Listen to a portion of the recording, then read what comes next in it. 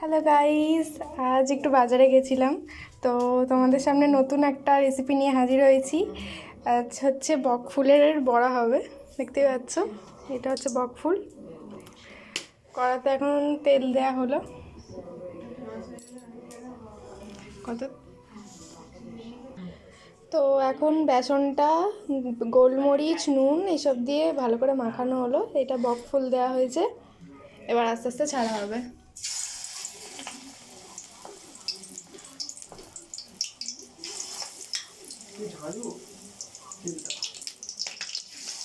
সরষের তেলটা খুব ঝাল।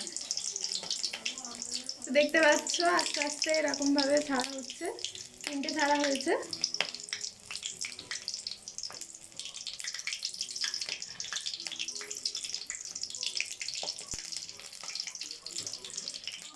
আস্তে আস্তে এরকম ভাবে ছাড়া হচ্ছে।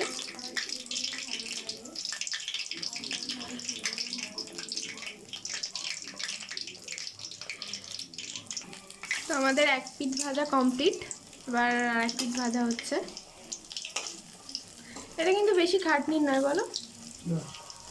তাড়াতাড়ি পাওয়া যায় না আর খুব সহজেই হয়ে যায়, তাড়াতাড়ি টেস্টি খাবার। বাজারে পাওয়াই যায় না সব সময়।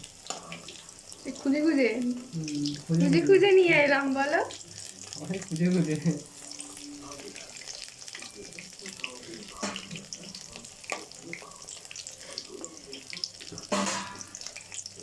এইটা দিয়ে গরম গরম ভাত, হ্যাঁ, দারুণ লাগবে।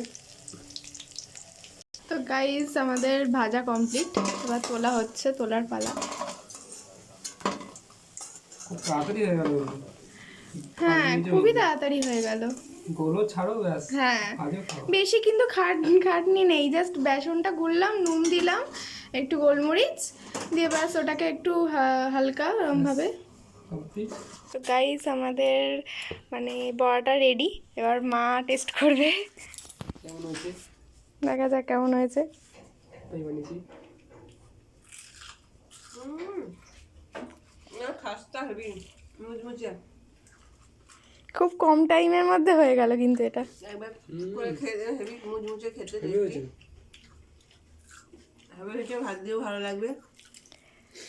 তোমার কেমন লাগলো? খেয়ে দেখবি, খেয়ে না দেখলে বুঝতে পারবে না। আপনারা বানিয়ে খেয়ে দেখবেন। ঠিক আছে, তাহলে আজকের মতো গুড নাইট বন্ধুরা, বাই।